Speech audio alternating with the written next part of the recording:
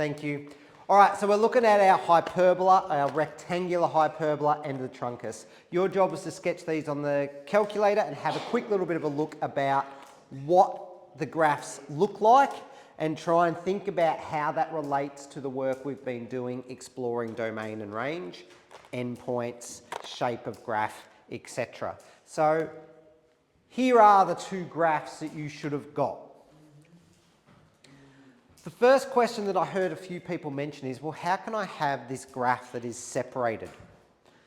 And I'm going to explain to you how we have this graph that is separated. It works like this.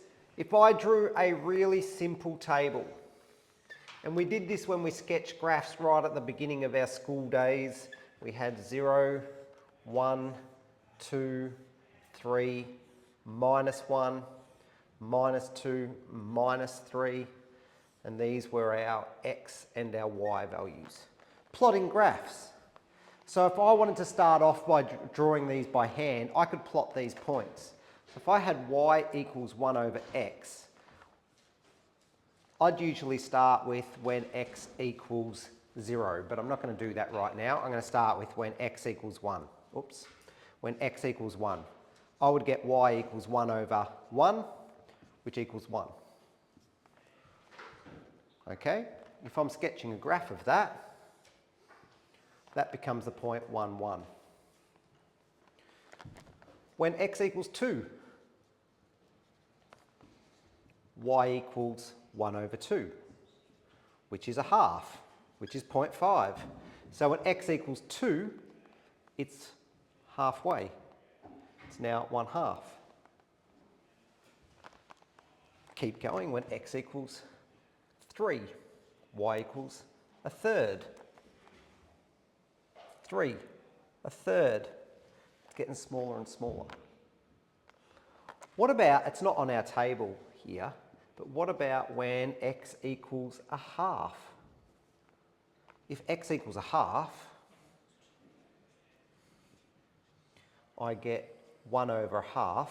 How many halves go into, oh, bad maths organisation here. How many halves go into 1? 1, how many halves? 2. And all of a sudden we go, oh, hang on, when I halve it, it's now twice as big. This is strange. What's going to happen when it equals 0? When x equals 0, y equals 1 divided by 0. How many zeros go into 1? That's not correct.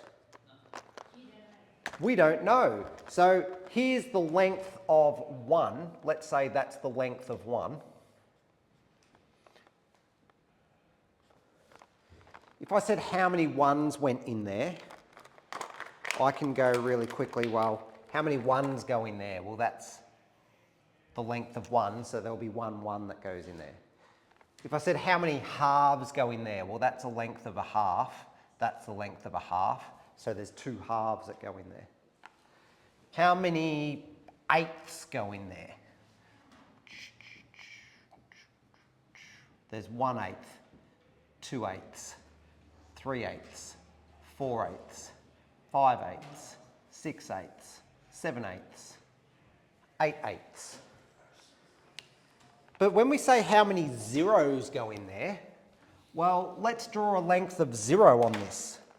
Sorry, this probably won't show up in the video, but there's a length of 0, right? Doesn't go anywhere. Here's another 0. Here's another 0. Here's another 0 and another 0 and another 0 and another 0 and another 0 and another 0. I'm going to go on forever and never actually get anywhere when I'm looking at how many lengths of 0 go into 1. Now the answer's not infinity either. Infinity implies there's an answer that is a really big number.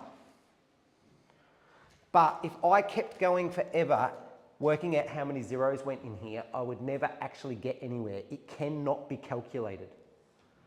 So the answer to this is actually undefined. It has no answer. So when I think about my graph, as my fractions get smaller, the graph's going to get really big. But when it gets to 0, it doesn't actually exist. So does it keep going below the x-axis or not? As in, see, yeah, down. Right. Keep going down. So again, does it keep going below?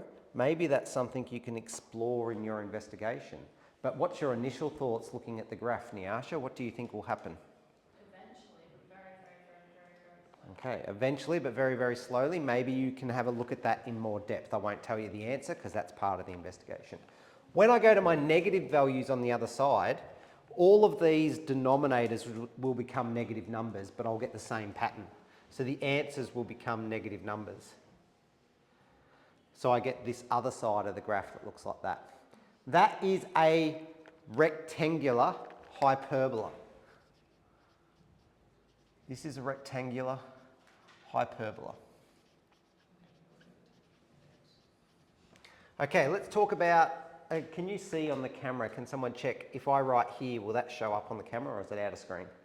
You're just out of screen now. Okay, so I'll move over to this side.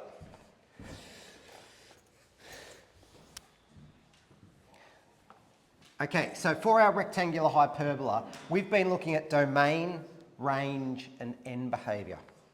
So the domain. What are the values that x can be? Can x be a negative value? I'm getting one nod, two nods. All right, so that x can be -1, it can be -2, it can be -3, it can be negative everything up to negative infinity. Can x be a positive value? 1, 2, 3, 4. Yes, the graph exists. Can x be 0? No. So the domain of my graph is everything except for 0. So the domain is everything except for 0. Now we've got some extra ways we can describe this. So let's start with, though, the ones we're familiar with. We can go from negative infinity to 0, but we don't include 0, or from 0 to infinity. So that's one option. This is called interval notation. We could say that x is less than 0 or x is greater than 0, and this is called set notation. And we can get all fancy and put it in brackets like this. This says the x value, the set of values of x such that x is smaller than 0 or x is greater than 0. But it doesn't include 0. We could also say it's all real values. So remember, R means all of our real values except 0.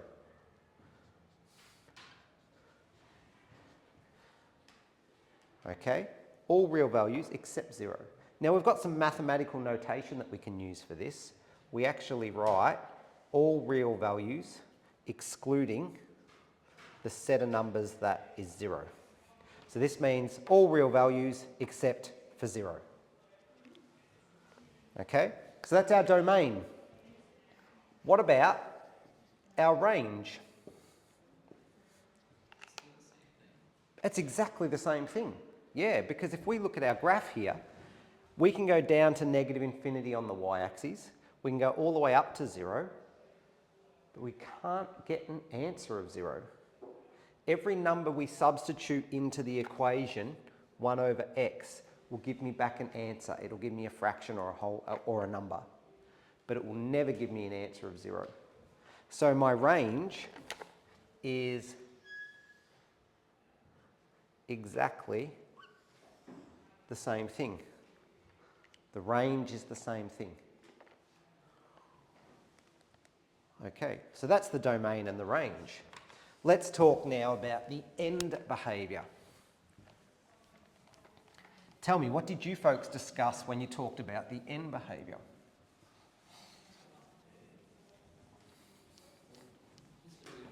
Yes. So where you just wrote it with the domain and then the arrow, are we allowed, like if we had a text and it just asked for the domain and range, are we allowed to actually just put that bracket and just put an arrow up to it?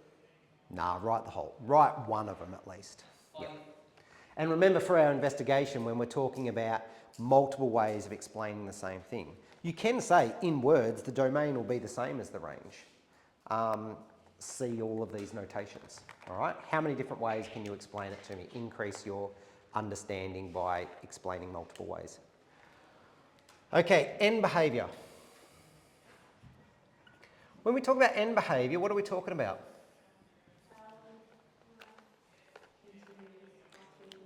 how the graph continues past where we can see. I actually really like that description. How the graph continues beyond what we can see. If we zoom out on this graph, these numbers are going to get smaller and smaller and smaller and smaller. Let's think about a really large x value. So if we're exploring what happens when x approaches infinity, let's think of a really big x value. I think I said small a second ago. Let's say x is 1 million. If we substitute that into the equation, 1 over 1 million. What's that as a decimal?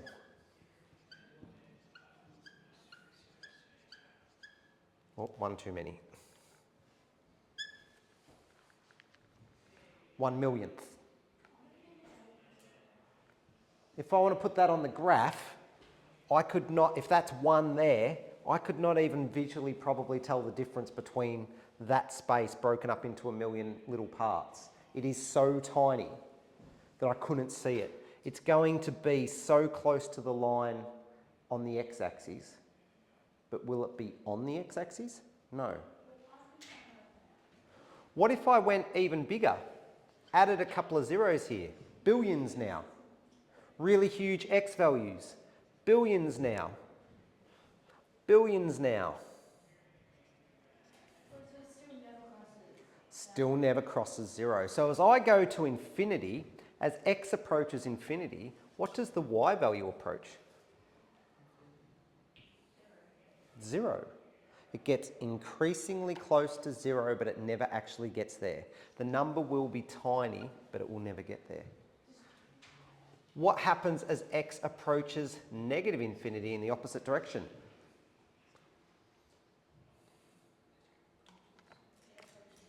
It approaches 0 again, but no, it approaches 0 from the other side of the axis, doesn't it? But how do we split that up? We can't. So we can say y approaches 0 again. And this is where, if we're demonstrating our highest level of understanding, you might say y approaches 0 from above the x-axis. Y approaches 0 from below the x-axis. Now, they're the end behaviours that we've looked at already, but there are other ends here. What are the other ends of our graph?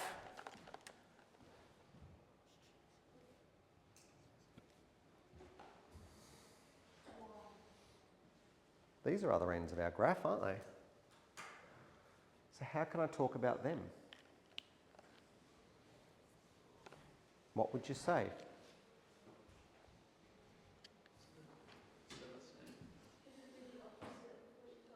All right, so that's kind of the same. It's the opposite of what I've got there. Would anybody like to get up and have a go at writing it on the board, what they think? All right, go James, thank you. I'll give you some space, well, so that it's still on the camera. Let's get rid of this bit. It's going to work so well. Okay.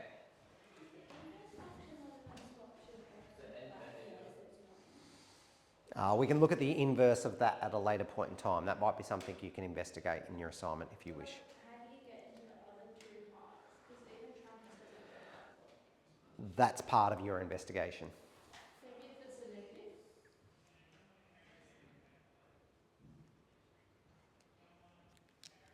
So as y approaches infinity, x approaches 0. Beautiful. And as y approaches negative infinity, x also approaches 0. Good. What were you going to add? Oh, wait. So is it approaches that way, so.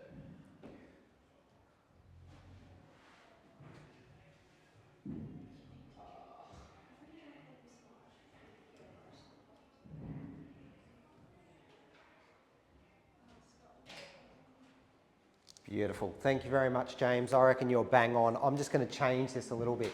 Okay, so what James has got here is fantastic. He said as y approaches infinity, x approaches 0 from the right-hand side, As y approaches negative infinity, x approaches 0 from the left-hand side. I love these two bits from the left and the right. So if we had a way that we could show this in just notation, that would be great. So I'm actually going to say, as x approaches 0, now we need a way of determining the right-hand side and the left-hand side. So the right-hand side is the positive x-axis, agreed? So I can say as x approaches 0 from the right-hand side, from the positive x-axis, y approaches infinity. And as x approaches 0 from the left-hand side, the negative x-axis, y approaches negative infinity. So using mathematical symbology, mathematical notation to describe how we approach those ends. Cool. So this end behaviour leads to this final thing, which is called the asymptote.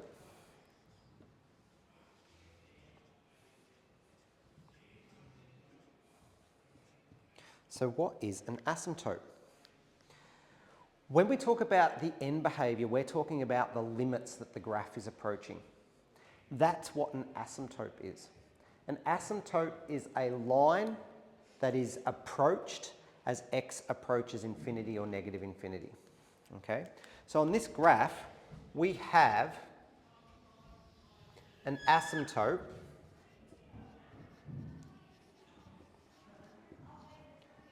at x equals 0. This is the equation of the line, oh sorry, that's not right.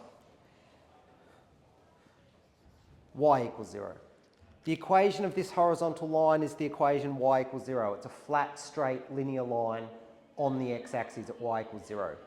This is the asymptote. This is the line that is approached as x goes to infinity. And it's the line that's approached as x goes to negative infinity. So an asymptote is a limit that is approached. What if it eventually does cross it, just a really high number, is it still an asymptote? If it does cross it and can cross it, it's not an asymptote, but that doesn't mean an asymptote can't be crossed. I'll talk about that in a second. There is also another asymptote on this graph.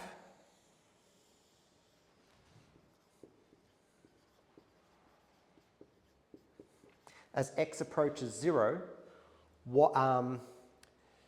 as x approaches 0, y approaches infinity. So this is the asymptote at x equals 0. This is another limit that is approached on our graph. These are called asymptotes. We can have horizontal asymptotes, we can have vertical asymptotes. We can also have asymptotes that are equations like parabolas and asymptotes that are linear equations as well, but we won't be studying them in math methods. All right, so we will only have horizontal or vertical asymptotes. When you sketch a graph like a rectangular hyperbola or a truncus, you need to actually include the asymptotes on your graph. How do you include them? Exactly like this. I normally do a little dotted line for the asymptote, and then the most important thing is you write the equation of the asymptote on your graph. So you sketch the hyperbola, you draw the asymptote on there and label it with its equation. Will it always be 0? It won't always be 0. What do you think would move an asymptote up? If the graph goes up, how do we move a graph up?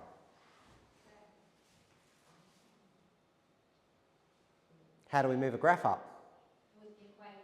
With the equation. What do we do to the equation to move the graph up? Add and subtract numbers. Add and subtract numbers. Cool. How could I move this asymptote left or right? Maybe put negative in front? That'll do something. You're right. Good. So that's exactly what you've got to do in your investigation, is actually look at, well, how do I move these graphs left and right? How do I move them up and down? And it's not so different to what you've seen before. But, James, coming back to your point, can I cross an asymptote? Yes. And this is a semi-common misconception, or I've actually heard it taught the wrong way multiple times. And if you're watching YouTube videos, you might see a YouTube video person tell you that an asymptote can't be crossed. That is not correct. An asymptote can be crossed, and it can be crossed multiple times. Okay? Asymptotes are lines that are approached as you go to infinity, either on the x-axis or the y-axis. So here's an example. This is a combination probably of an exponent and a trigonometric function. We're not there yet, but here's an example where we cross that asymptote over a period of time, but as we go on forever, we're getting increasingly close to it. It's still an asymptote, but it's an asymptote that was crossed. All right. I think for the length of this video, that's probably enough for now. So I'm going to stop and you guys can think a little bit more about, well, what about the truncus? You've had a look at the truncus on your calculator, so you can consider what the asymptotes are for a truncus and what the end behaviour is for a truncus, and you can ask questions about that as we get cracking on it. Thank you, Alice.